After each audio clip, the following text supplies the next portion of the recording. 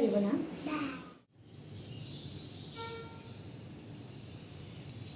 अस्सलाम वालेकुम, कैसे हैं आप सब। उम्मीद करती हूँ आप सब ठीक होंगे। हम सब बिल्कुल ठीक ठाक हैं। वेलकम करती हूँ आपको अपने नए व्लॉग में। तो यहाँ पे सुबह सुबह का टाइम है और मैं बच्चों को उठा रही हूँ क्योंकि मैं चाह रही थी कि मंडे से स्कूल स्टार्ट हो रहा है तो बच्चे सुबह जल्दी उठ जाया करें और रात में जल्दी सो जाया करें।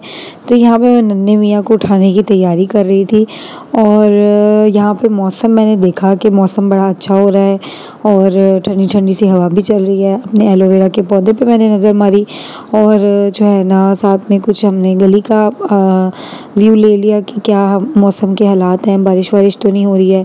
और ये जो हमारे घर के सामने जो है ना क्यारी, इधर इतने प्यारे वाइट फूल खिलते हैं, बहुत खूबसूरत लगते हैं। सुबह भी जब हैदर जाता है तो मैं और हैदर गली में थोड़ी देर वॉक कर लेते हैं और साथ में इन फूलों का नज़ारा कर लेते हैं। तो मैंने सोचा कि क्यों ना आज सुबह सुबह उठ चुकी हूँ, नाश्ता भी कर लिया है, बाकी काम भी ऑलमोस्ट डन हो चुके हैं तो हांडी भी बना ही ली जाए। तो मैंने रात भिगोए थे चने। एक दिन पहले अगर हम सोच लेना मेन्यू, और मैं तो कहती हूँ वीकली मेन्यू प्लान कर लेना चाहिए, तो इतनी आसानी हो जाती है ना कि क्या बनाना है और बहुत ईज़िली जो है ना कुकिंग हो जाती है।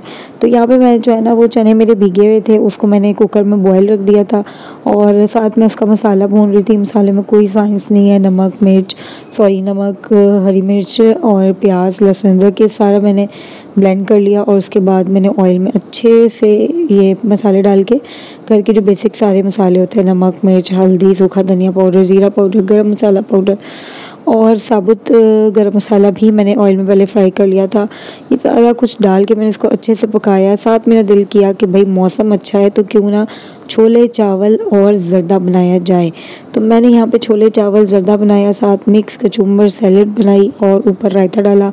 फिर जी मैंने चनों का जो है वो शोरबा डाला और इसको मज़े से नोश फरमाया।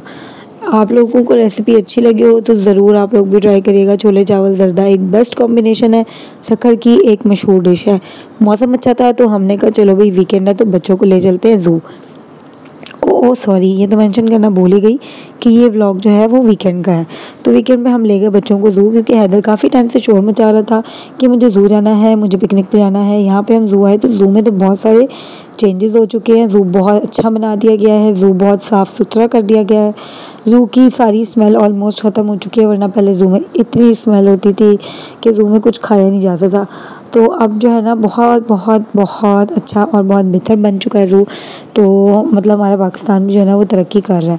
यहाँ पे हैदर और हारिम को मैं मोंकी दिखा रही थी और हैदर को मोंकी अच्छे नहीं लग रहे थे, तो बहरहाल हैदर जो है वो आगे चला गया और हारिम मुझे बता रहा था कि मैं हैदर से पूछी थी कि मोंकी किस अल्फ़ाबेट से आता है, तो हैदर को नहीं आ रहा था। हैदर ने कहा मुझे नहीं पता, क्योंकि हैदर बताना नहीं चाह रहा था। साथ ही फिर हारिम ने मुझे बताया। फिर हमने जी खाना तो मैं घर पे पका के आई थी और मौसम अच्छा करके हम आए भी हम इस दफ़ा बाइक पे थे। मैंने कहा चलो भाई मौसम अच्छा है, मौसम को एंजॉय करते हैं। लेकिन यहाँ आते ही इतनी तेज़ धूप निकल आई, बादल पता नहीं कहाँ ही चले गए और हवा भी पता नहीं कहाँ चली गई। इतनी तेज़ गर्मी कि मुझसे तो बिल्कुल बर्दाश्त नहीं हो रही थी। ऊपर से प्यास भी लग रही थी और पानी पी के जो है ना वो मतलब फिर भी प्यास नहीं बुझ रही थी। यहाँ पे हैदर का दिल था हम लॉइन देखें, लॉइन तो अपनी गुफा से बाहर ही नहीं आ रहा था। तो यहाँ पे हमने देखा वाइट टाइगर, जो कि बहुत हैदर को अच्छा लगा। बाद में वाइट टाइगर जाके अपने स्विमिंग पूल में जाके लेट गया और सो गया। और यहाँ पे एक छोटे छोटे से मुझे मिनी रैबिट्स लगे। फिर मैंने कहा नहीं, ये मिनी रैबिट्स तो नहीं है, ये तो कोई और चीज़ है। जब मैंने इसका नेम पढ़ा तो यहाँ पर लिखा था गिनी पिग, तो ये कोई और ही चीज़ है जो मैं फ़र्स्ट टाइम देख रही हूँ। हैमस्टर टाइप ही मुझे लग रहे थे, कुछ चूहे और रैबिट की कोई मिली जुली किस्म थी। सारे एनिमल्स देखने के बाद बच्चों को हम ले आए थे कैफेटेरिया। गर्मी बहुत ज़्यादा थी, खाना हम खा के आए थे, भूख बिल्कुल नहीं लग रही थी लेकिन प्यास शदीद लग रही थी। तो यहाँ पे हम लोगों ने सोचा कि हम जो है वो आइसक्रीम ले लेते हैं। और हैदर हारिम यहाँ के जितने क्रो आ रहे थे ना, जितने कौवे आ रहे थे, उनको भगाने की इन दोनों ने कसम उठाई हुई थी। और ये कौवा भी ऐसा था कि उड़ के ज़रा सा आगे बैठ जाता था। मुझे डर लग रहा था कि हारिम को कहीं चोंच ही ना मार दे। तो यहाँ पे मैं हारिम के साथ वापस यहाँ पे आ चुकी हूँ, जहाँ पे उन्होंने आइसक्रीम ऑर्डर कर रहे थे और उन्होंने मुझसे पूछा तुम क्या लोगी, तो मैंने कहा हारिम के लिए कप वाली आइसक्रीम ले लो, इसके साथ मैं टेस्ट कर लूँगी।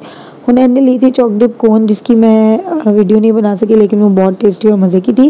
और मुझे आइसक्रीम की प्रेजेंटेशन इतनी प्यारी लग रही थी, इतनी क्यूट सी थी, छोटी सी कप था और बहरहाल टेस्ट भी इसका बहुत अच्छा था। आइसक्रीम खा के हमने कहा चलो अब घर की तरफ रवाना होते हैं, क्योंकि जो है ना बहुत थक चुके थे चल चल के भी। और बच्चे तो मुझे लगता है पता नहीं बच्चों में कोई ड्यूरासेल डला हुआ होता है कि इनकी बैटरी चलती जाती है। इन लोगों की तो बैटरी लो ही नहीं होती है, माँ बाप की बैटरी बिल्कुल लो हो जाती है। यहाँ पे हम घर आ गए थे। घर आके जो है वो थोड़ी देर रेस्ट किया था, बच्चों को सुला दिया था, फिर सुला के उठे हैं तो फिर इनको भूख लग रही थी। मैंने बनाया इनके लिए अंडा पराठा, क्योंकि हैदर का दिल नहीं कर रहा था चने खाने का। इसने कहा मुझे हाफ फ्राई और पराठा बना दो। और हारिम भी एज़ यूजुअल हैदर की देखा देखी उसने भी जो है ना वो हाफ फ्राई और पराठा खा लिया। दो बच्चे जब तकरीबन ऑलमोस्ट सेम एज के हो ना, तो ये खाने पीने की थोड़ी सी आसानी हो जाती है, एक साथ बैठ जाते हैं और चॉइस एक जैसी हो तो बहुत ही आसान है। अच्छा जी, उसके बाद मेरा दिल किया कि भाई मुझे सुकून थोड़ी था, नींद मैंने पूरी कर ली थी, थकन मेरी उतर चुकी थी, तो मैंने कहा चलो किचन की तरफ रवाना होते हैं और कुछ बना लेते हैं। तो यहाँ पे मैं क्या कर रही हूँ, मैंने लिया है 2 कप मैदा, ऑलमोस्ट 2 कप, और उसमें मैंने 1 चम्मच यीस्ट डाला है। यीस्ट मैंने कम डाला है। यहाँ पे मैं पिज़्ज़ा की डो रेडी कर रही हूँ, आपने 1.5 चम्मच डालना है इसमें।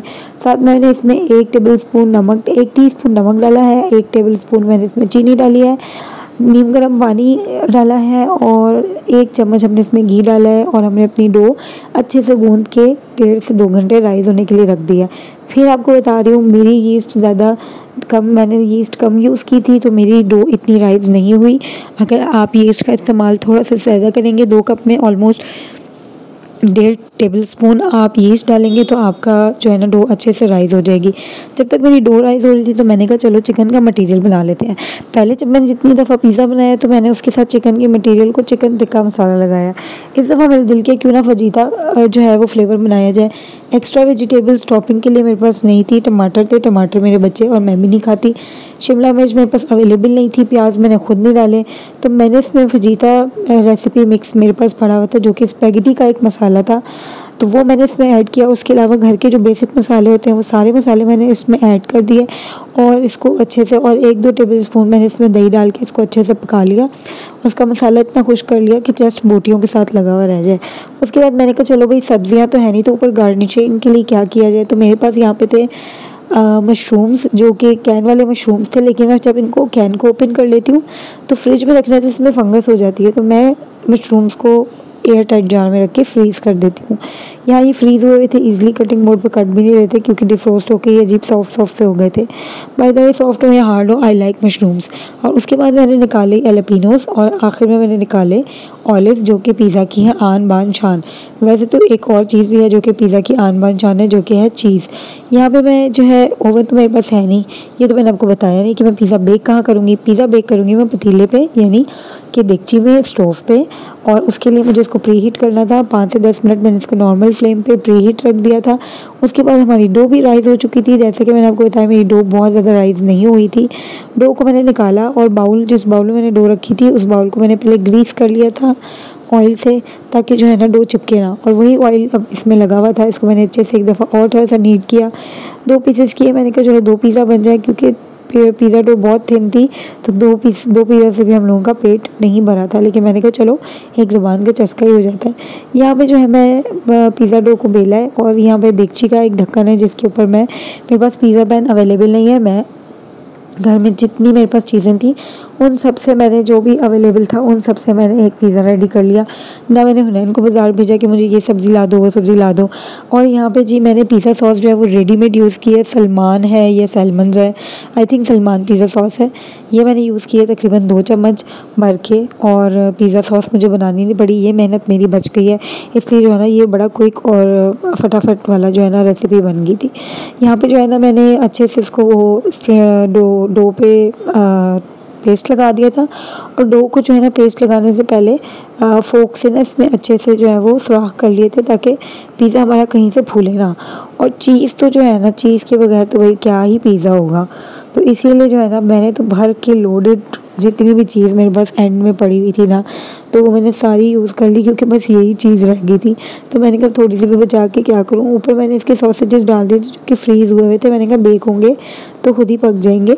और मशरूम्स डाले हैं ऊपर। उसके बाद मैंने इस पर ढेर सारे ऑलिव्स डाले। मेरे बच्चों को तो ऑलिव इतने पसंद है, बहुत शौक से खाते हैं माशाल्लाह। तो फिर ऑलिव्स की मैंने भरमार कर दी ऊपर। और ऊपर में मैंने कहा कुछ फीका फीका लग रहा है, कुछ अधूरा लग रहा है, तो मैंने इसके ऊपर डाला ऑरिगेनो, थोड़ा सा गार्लिक पाउडर जो कि मेरे पास पड़ा हुआ था, पार्सले पड़े हुए थे। अगर आपके पास स्वीट कॉर्न हो आप वो भी ऐड कर सकते हैं, जो आपका दिल चाहे आप पिज़्ज़ा में ऐड कर सकते हैं, कोई पाबंदी नहीं है, कोई लिमिटेशन नहीं है। और यहाँ पे जो है ना हमारा पतीला अच्छे से गर्म हो चुका था। आपने ना हैंड ग्लव्स लाजमी यूज़ करने, क्योंकि पतीले में जब आप रखेंगे ना हाथ ना आपका जल जाए। तो यहाँ पे भी ना देखिएगा बड़े टेक्निक से रखना पड़ रहा है। ये तो शुक्र है कि डो जो है ना जब आप किसी पैन में लगाते हैं डो को, तो उस पर अच्छे से ऑयल लगा दिया करें, ताकि जो है ना डो ईज़िली जो है ना वो जब हम बेक कर लें तो निकाल लें। और यहाँ पे जी मैंने अपना पिज़्ज़ा 20 से 25 मिनट के लिए नॉर्मल फ्लेम पे, ना फ्लेम बहुत हल्का हो ना फ्लेम बहुत तेज़ हो, और बेक होने रख दिया। फिर यहाँ पे उठ चुका था हैदर, और मैं हैदर से पूछी थी, हैदर ये बताओ देखो क्या बना हुआ है। और ये मुझे बता ही नहीं रहा था, बिल्कुल भी एक्साइटेड नहीं हो रहा था कि जो है ना कि आपने क्या बनाया। हालांकि इसको समझ आ गई थी कि मैंने पिज़्ज़ा बनाया, लेकिन अभी शायद इसका पेट भरा हुआ था तो इसका दिल नहीं कर रहा था अभी पिज़्ज़ा खाने का। लेकिन फिर जब इसका दिल किया तो इसने बहुत शौक से पिज़्ज़ा खाया। यहाँ पर हमारा पिज़्ज़ा बन के तैयार हो चुका है। निकालते हुए इसकी वीडियो इसलिए नहीं बनाई कि वो बड़ा औखा सा काम था, मैं कैमरा सेट करना भी भूल चुकी थी। सबने पिज़्ज़ा खा लिया था और अब बारी थी मेरी पीस की, तो मैं यहाँ पर बैठी थी टेस्ट करने। पिज़्ज़ा बहुत कमाल बना। उम्मीद करती हूँ आपको वीडियो अच्छी लगी तो लाइक शेयर सब्सक्राइब करना ना भूलिएगा। फिर मिलेंगे इंशाल्लाह एक नए व्लॉग के साथ, तब तक के लिए अल्लाह हाफ़िज़।